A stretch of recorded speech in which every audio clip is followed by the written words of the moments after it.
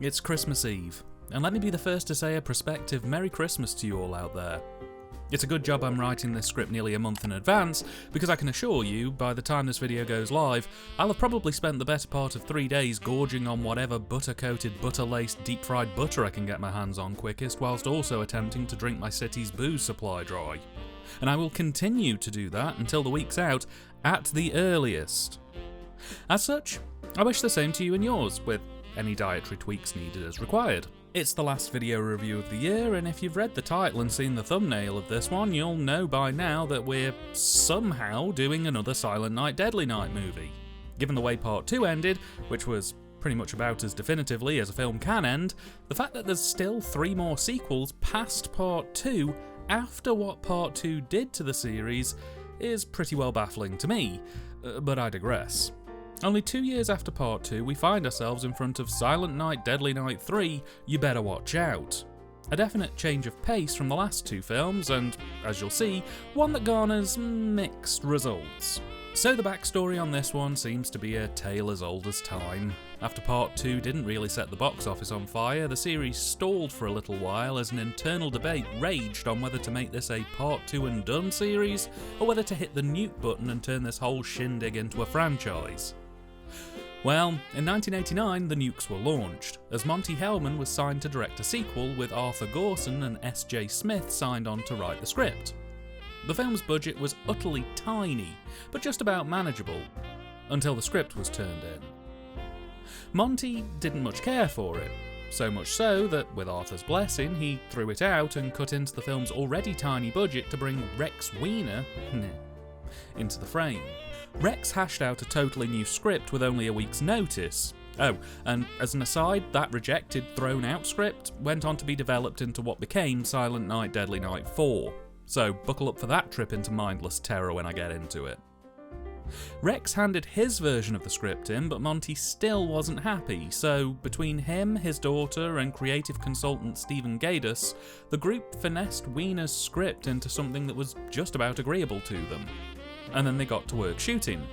Only the extra pre-production time had whittled down the budget so much that they were limited on how many takes they could get, they weren't allowed to do any reshoots, and they weren't allowed to revisit any of the locations that they were shooting at once they'd had their allotted time there.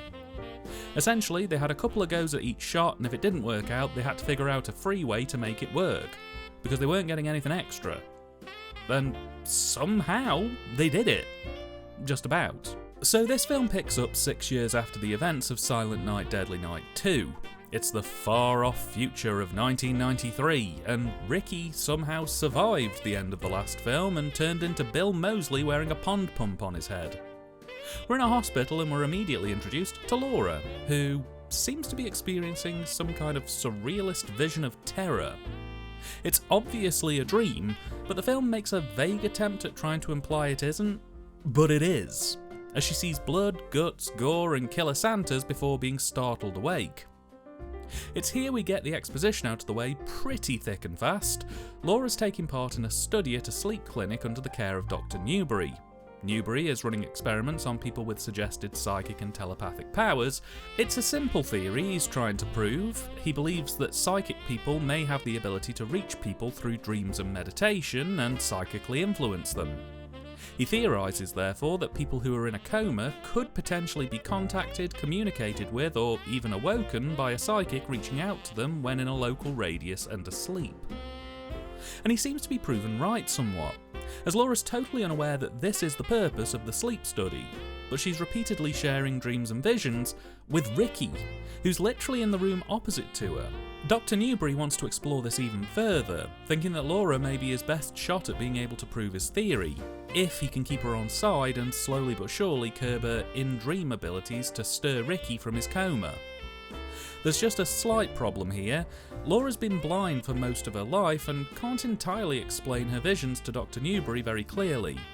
In fact, she feels like the study's hit something of a dead end and is actually mulling over quitting the programme, as she doesn't really feel like she's benefiting from it anymore. However, Dr. Newbury gently asks her to go home and think about it, to which Laura tells her that she's going to spend Christmas with her grandma and brother, and that she'll let him know her decision when she gets back. Laura heads off to go and wait for her brother in reception, and while waiting she ends up dozing off briefly and has a horrifying vision of the hospital bathed in blood and several of the staff members killed in particularly gruesome ways. This is short-lived, however, as her brother Chris finally arrives and helps her get to the car. On the way out, he informs her that he's been hiding the fact that he's actually going to be bringing along his new girlfriend with him for Christmas at Granny's this year. Laura's beyond displeased with this, but keeps a lid on it. She heads to a therapy session while Chris goes to pick up his girlfriend Jessie, and after a somewhat chilly introduction between Jessie and Laura, the gang hit the road for a 2-hour road trip to Granny's house. But all is not well, as back at the hospital, the sleep session seems to have actually done something to Ricky, as on hearing the slurring slurs of a drunken hospital Santa, he wakes up, murders the Santa, takes out half of the hospital staff and lumbers out onto the curbside where he thumbs a ride, kills the driver, heads to a gas station to fuel up, and then murders the attendant too. It transpires that the sessions between Laura and Ricky have created a kind of loose psychic link between the pair, enabling Ricky to indirectly pick up on Laura's thoughts and surroundings, and giving Laura horrifying visions of murder and twisted nightmares. As such, Ricky overhears the road directions to get to Granny's house and instinctively heads up there, while Laura is given several visions of the carnage Ricky's left while travelling. Meanwhile, back at the hospital, the police have finally turned up to the scene. Dr. Newbury fills the sheriff in on his experiments with Ricky and Laura, and between them, the pair theorise that Ricky is essentially travelling in the direction of Laura because it boosts their psychic connection and makes things clearer for both of them. They also theorise that Ricky's acts of violence are distinctly tied to him seeing Santa or the colour red, and with it being Christmas Eve, that puts a hell of a target on anyone ringing in the season. While this is going on, we also get to meet Granny, who's got the Christmas dinner gently bubbling away on the range, presents wrapped with care and the Christmas lights on full glow. Everything's perfect and she can't wait to see her grandchildren and to celebrate the season, when there's a knock at the window. She goes to investigate, and it's Ricky. At first, Ricky's pretty calm about things. Granny invites him in, gives him some food, and talks to him about her grandchildren and her love of the season. But on presenting Ricky with a red present as a way to help him feel part of that season, Ricky kinda snaps and, well, Granny goes missing. Eventually, the gang arrive at Granny's house, and Granny is nowhere to be found, and, well, it's here basically that the film sort of stops, as the second half of the second act and the third act turn into a weird mixture of heart-to-hearts, softcore erotica and a treasure hunt to find Granny, and the inevitable showdown with Ricky, while a B-plot rumbles on in the background as Dr. Newbury and the sheriff slowly start to track the path Ricky has taken to Granny's while talking about everything from orange manufacturing to premium phone plans. In a distinctly sluggish finale, will Ricky deliver Christmas vengeance? Will Laura and Jessie make up and be best friends? And is Chris called Chris because it's Christmas? I'd put money on that being the case. Well, all this and more will be answered if you check out Silent Night, Deadly Night, Part 3. And, what even is this movie, honestly? I've seen it twice now. The first time, I hated it. Not quite enough to put it in my worst movies ever rankings, but enough that I figured it would be a very long time before I came back to it. But this time around, I actually kind of mellowed to it a bit. Don't get me wrong, it's still not great, but I at least did find a couple of things I liked about it this time around. Probably the biggest problem this film has altogether is with its script. There's no way around it really. This is a low-budget production that had access to 2 to 3 locations, had to rely a lot on exterior filming, and it clearly wasn't filmed with Christmas in mind. With that in mind, we have a fairly generic stalker slasher movie by 1989 standards, strewn with a few tatty bits of tinsel trying to pass itself off as a Christmas slasher, when the only thing that ties this to Christmas at all is the killer being motivated to kill when he sees or hears Christmas-related things, and the fact that the cast can't go more than 7 minutes without mentioning something to do with Christmas or the holidays. I can see what they were trying to do here. It may be a fairly generic slasher with Ricky essentially being turned into a Frankenstein-style character for most of the runtime, but I think they were angling on safe and sturdy to help them through the lower budget. The idea being that if they just did a fairly by-the-numbers slasher, didn't try to rock the boat too much or go over the top or be too unusual, that it would at the very least come out as acceptable. In that regard, I think they come close to achieving what they set out to do, but maybe just fall a bit short. The pacing is the biggest killer for this movie, honestly. The opening act rams through a ton of exposition in the first 20 minutes or so to set up the characters, the scenario, the core plot, and all of the mechanics of that plotting. There's about a 20-minute window where we get to see all of that setup manifest as a semi-decent slasher production, but basically, from the moment that Ricky arrives at Granny's house, the whole thing starts to grind to a halt. And by the time our gang arrive at the house, about 10 minutes later, we hit a glacial pace that does its absolute damnedest to drag that runtime out to 89 minutes as much as possible. Literally everything from the 45 to 50 minute mark onwards is just the gang wandering around the house looking for Granny, heart-to-hearts between Laura, Chris and Jenny, a softcore nudie scene with Jenny and Chris, and extended footage of the cops talking absolute bollocks. The final 10 minutes tries to pull things back on track, but by that point everyone's known about Ricky for a good 15 to 20 minutes, and the way he's introduced sets the bar so low it ultimately left me just kind of indifferent to anything they were going to do with the character from that point onwards. I think one of the big mistakes with this entry was just how much they changed Ricky. I wasn't expecting Silent Night Deadly Night 2 Ricky back or anything, but I at least thought we might get a somewhat charismatic character going out for some vengeance. Instead, it feels like the scriptwriters missed part 2 entirely and just decided that Ricky should be some kind of hybrid between Frankenstein and Jason Voorhees. He's massively overpowered, seemingly can't die, and they even replicate some of the more famous moments from the Friday the 13th series in the cinematography and direction. It's kind of bizarre, really. As a result, it makes huge chunks of the film a lot more sluggish than they actually needed to be, as Ricky lumbers from scene to scene and does some seemingly impossible things in that final act. That's the other side of things that this film doesn't really seem to nail, the tone of the script, which dances between mild campness and pretty dark toned stuff. I like a good contrast, but contrasts only really work if the tones you're contrasting complement each other when played against each other. These tonal styles don't. It feels at times like you're watching 3 different movies, between the dream sequences, the slasher elements, and the bits played more for laughs. Not helped either by a heavy over-reliance of stock footage from the first Silent Night Deadly Night movie, which in and of itself is weird because Ricky was literally a baby in that film, and the first film is so different tonally from this. Why they didn't use footage from the second one, I don't know, but it's using it as a stretch at best. It's a film that seems more than happy to reference the film least connected to it, but embarrassed to reference the film that's directly tied to it, which is absolutely wild to me. The characters are kind of unremarkable. Laura is probably the most interesting one of the bunch, but she has whiffs of Friday the 13th Part 7 about her. I like that she has a good range to work with, but I think a big issue with these characters is that they just don't really have any drive or goals. They don't really have any kind of arcs or personal developments. They aren't trying to achieve anything. Their story is that they're going to Granny's for Christmas, and they do that, with the remaining half an hour to 40 minutes being them killing time till Ricky can turn up for the finale. The closest thing we get to an arc is Laura's relationship with Jerry, and even then that's a stretch because they don't really resolve anything between themselves until the final scene where they're together. And it's less a, hey, we've worked through our differences moment, and more of a, oh, if you die in the next 20 minutes, I didn't absolutely hate you moment. The lack of character direction or development combined with the glacial script and some truly blunt and stilted dialogue just sort of creates the perfect storm of bad characters doing vague things to kill time, and not a whole lot else. Even the ending isn't really all that satisfying, and a lot of it is left open to audience interpretation. Which kinda sucks because this isn't Inception. I'm not coming here to question who lives and who dies. I came here because the last film had Garbage Day and I was morbidly curious about how the hell you follow up on Garbage Day. Apparently the answer is generically. The script was directed and co-written by Monte Hellman. He has 23 directing credits and 5 writing credits in a career spanning from 1959 to 2013. Highlights include an uncredited directorial stint on the Boris Karloff film The Terror, Avalanche Express, Beretta, and Flight to Fury.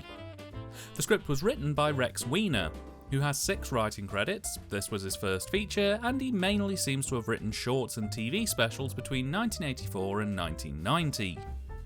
And, fun fact, this film's credited as having been written by Carlos Lopez, who at that time was Rex's newborn son, and I could believe this was written by a baby.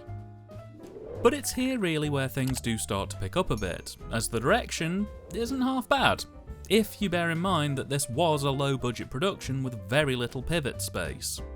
Monty here has actually pulled together something pretty miraculous. A film that has a creative vision behind it, takes some risks, and isn't afraid to experiment in the face of adversity, and while I do have to say that this production is a little safer than I'd like, the fact that they were able to make something this competent and professional looking on the budget they were working with, while also making time to at least try to do something a bit more out there, even if it's only once or twice across the whole runtime, is actually pretty impressive, all things being considered.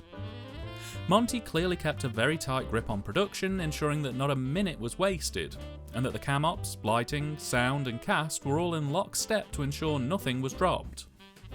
I actually was quite disappointed to read that this film had a number of censor cuts made to it before its release, cutting down some of the more violent moments, as I feel had they been in the production I'd have probably been a bit more favourable to it overall, particularly in the third act. Direction of the cast is a similar story. While I may not be entirely convinced by the performances or the script they've been given to work with, it's clear a lot of time was put into ensuring the cast had just the right balance of freedom on set, while still giving Monty what he needed in terms of movement around the set spaces. The dialogue still sounds a bit constrained at times, but the cast seem to have gentle guidance on how to walk through the spaces and enough creative freedom to work within those spaces within reason, and to more often than not throw a bit of their own natural cadence into the line deliveries. I think it's probably about as good as it could have been hoped for here.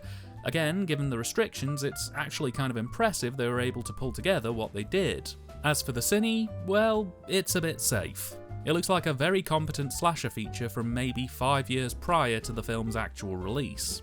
It looks a lot better than Part 2, though that wasn't particularly difficult.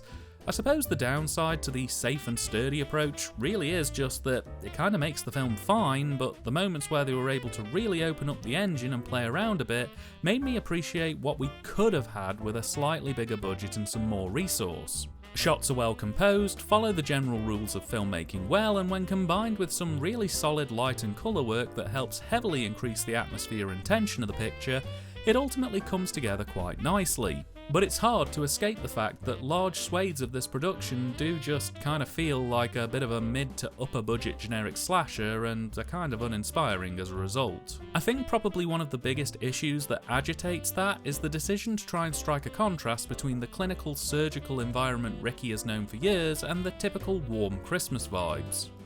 Not so much that I think there's an issue playing that contrast, I know plenty of films that have tried similar to great success. But the key to doing it well is to try and ensure a strong contrast between the two styles. And while I think they absolutely nail the clinical hospital side of things, the warm fuzzy Christmas contrast is kind of underplayed. The exterior of Granny's house is fairly festive, and there are a few bits of tinsel and decoration dotted across the other scenes, but for the most part it doesn't nearly lean enough into that ultra colourful, relaxed Christmas vibe. Meaning that when Ricky does start rampaging, it doesn't so much feel like a sharp contrast that grips the audience, more it feels like we've shifted from clinical to slightly grubby and cold, which isn't that big of a transition. The edit is also a bit of a point of contention for me. This feels very much like a movie aiming to hit a minimum runtime rather than a film that can comfortably breathe. The travel and granny search parts of the movie drag uncomfortably longer than I personally would have had them, and because of that safer shot list and lower than usual amounts of B-roll, it's resulted in a film that feels like it used almost every scrap it could to get it over the line. Had the censor cuts been retained, this probably would have sat at just over 90 minutes on the nose. But it's an 89-minute feature that starts strong but ultimately feels a lot longer than it is, with slower cuts than I would have liked and not a whole lot of variety utilised within the cuts. Occasional backing and forthing and maybe an alternate angle is about as good as it gets, unfortunately. In short, this could have been a very lean hour and 15 minutes and could have been a lot stronger for it. As it stands, it feels a bit bloated and prolonged. Performance-wise, I wasn't personally a fan. A lot of the performances feel very direct-to-video, probably because it was direct-to-video. And I found a lot of the performances here to feel quite fake-feeling, which, given it's a script that predominantly has a naturalistic environment edge, isn't the best to be lumbered with that, honestly. Probably the best performer in this film is Richard Beymer as Dr. Newbury. He at least understands that this is a somewhat more grounded production, even if it does have a campier key element in play. so he decides to play the role largely grounded and straight, but with a slight dramatic zeal to proceedings. He's essentially playing it as knowing, aware that the film's scenario is a bit on the bizarre side, but instead of leaning into the camp, pulling back instead and giving us a more serious play on the character, a la Leslie Nielsen in The Naked Gun. And it works. If his tonal choice was replicated across all the performers, I think this film really would have won me over. As it stands, he's a smaller part in a bigger play, and he does about as much as he can with the role.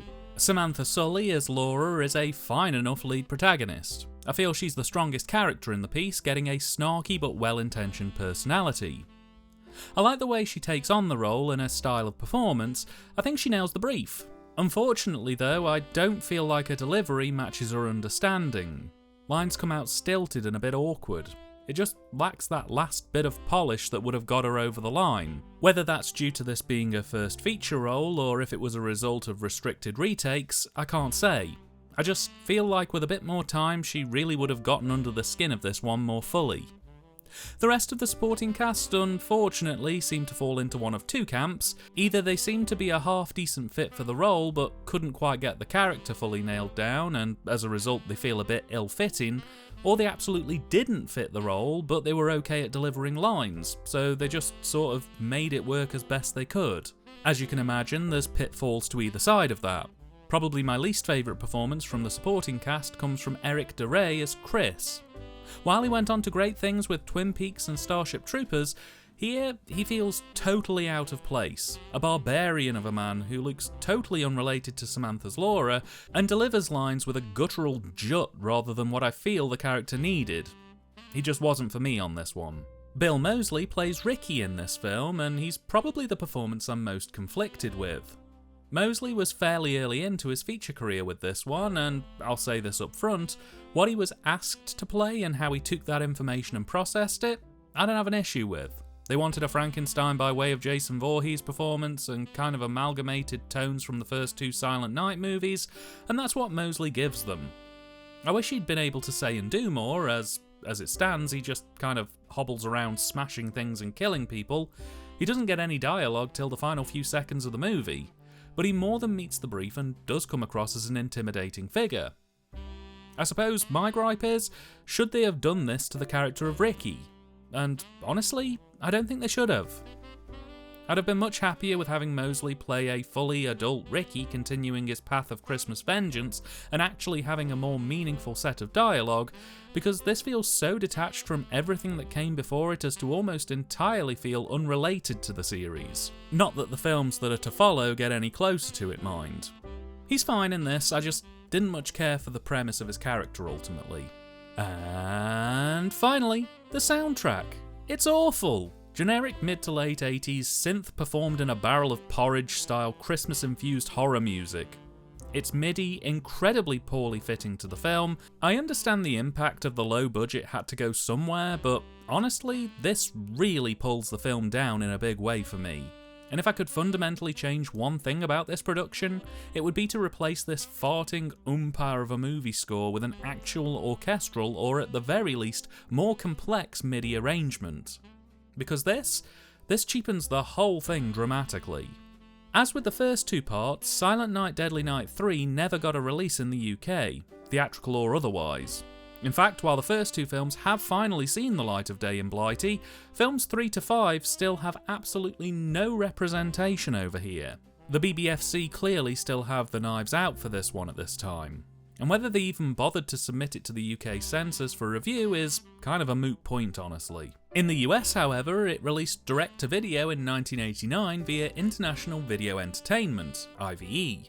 Before getting a DVD release from Lionsgate as part of a 3-DVD pack in the mid to late 2000s, which is now long out of print, it finally got a solid release in HD in 2022 courtesy of Vestron Video, who did full HD remasters of parts 3 to 5 released as a budget box set. And I think part 3 looks about as good as it's going to look here. We have a clean and crisp picture, solid sound remastering and deep rich colour and detail. It's a solid release for part 3. Extras include a commentary, trailers and footage from a screening of the film. It's a bit thin on the ground, but better than I would have expected. It's a solid release, and if you are curious about these films, then for the price, this is a pretty easy pickup. Grab it while it's in print, and I'm sure you won't be disappointed. All in all, Silent Night Deadly Night 3 is a solidly made but kind of plodding production. An overly generic slasher film in a Christmas hat. It's probably not an essential watch, and almost certainly not as good thematically as the last two films. But if you have experience with direct-to-video Christmas slashers, as I do, you'll probably find this one inoffensive and one to pop on your horror pile this festive season. While the direction is decent and the cine is kind of impressive given the limitations, the poor scripting, bad pacing and poor line deliveries, not to mention the farting soundtrack, really hobble this film in the worst ways. I won't say I'll never watch it again, and with this rewatch I actually enjoyed it significantly more than my first time, but yeah, it's not the kind of movie I would rush to put on as soon as the tree goes up. Well, that's a bit of a downer to end things on, really. Merry Christmas again to all of you, stay safe, count your drinks, a happy new year, and if we make it to the new year, I'll be seeing you there. Till next time,